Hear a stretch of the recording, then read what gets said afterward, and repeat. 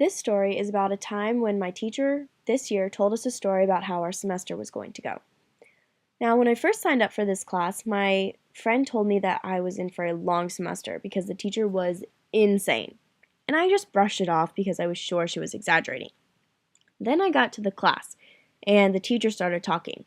And sure enough, he told us a story of what our semester was going to be like. He said, in so many words, "You're going to have a sucky semester. My quizzes are hard, I assign a crap ton of reading, and I don't do makeups or excuses. I cuss a lot, and I really don't care what your problems are." Okay, cool. So after that, I started freaking out. And while I'm sure his purpose was to kind of scare us a bit and make sure we came to class and actually did our work, I thought it was an unnecessary way to begin the class. To me, that meant that we were not really there to learn, and he wasn't really there to help us learn, and he just wanted to come, talk, and get paid. And it affected me in a negative way because now I have this first impression for the rest of the semester, and it makes the forecast look bleak. Now, the first few days were not that bad. We didn't have a quiz, I really liked the material, and nothing too horrible happened.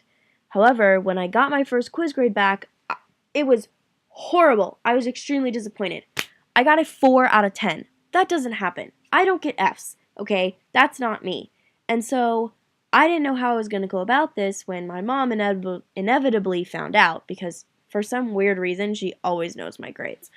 And anyway, so of course she did call me a little bit later that night and she asked me how my first few weeks were going grades-wise. And here we go, I thought, crap, she knows. And this is when I decided to utilize narrative repetition. I retold her the story that my teacher had told us on the first day of school, only I exaggerated a bit to make it seem like my situation was a bit more pitiful and hopefully she would go easy on me with her lectures of my bad grades. I said, "Mom, I'm going to tell you about one of my CMS teachers. He's crazy. You know what he told us on the first day of school? He told us a story of what our semester was going to be like. And he said, in so many words, you're going to have a sucky semester. My quizzes are difficult, and I do that on purpose. I assign a crap ton of reading that is more than you can do the night before the quiz, and I don't do makeups or excuses. Regardless of what happens to you on Thursdays, absolutely zero makeups. And if you don't like it, drop the class. And I purposely make the quizzes really hard so that you're forced to spend hours reading and you have to come to each class. If you fail one of these quizzes, which is likely to happen more than once, that sucks. Read more." And she was like, "Well, that sounds unreasonable," and I agreed, and then I informed her of my first quiz grade. And she was still upset, but she basically just said to try harder and on the next one maybe read an extra time or do something to combat the difficulty of the questions. I was amazed at this response because I was sure that I was still going to get read the riot act for failing, but I didn't.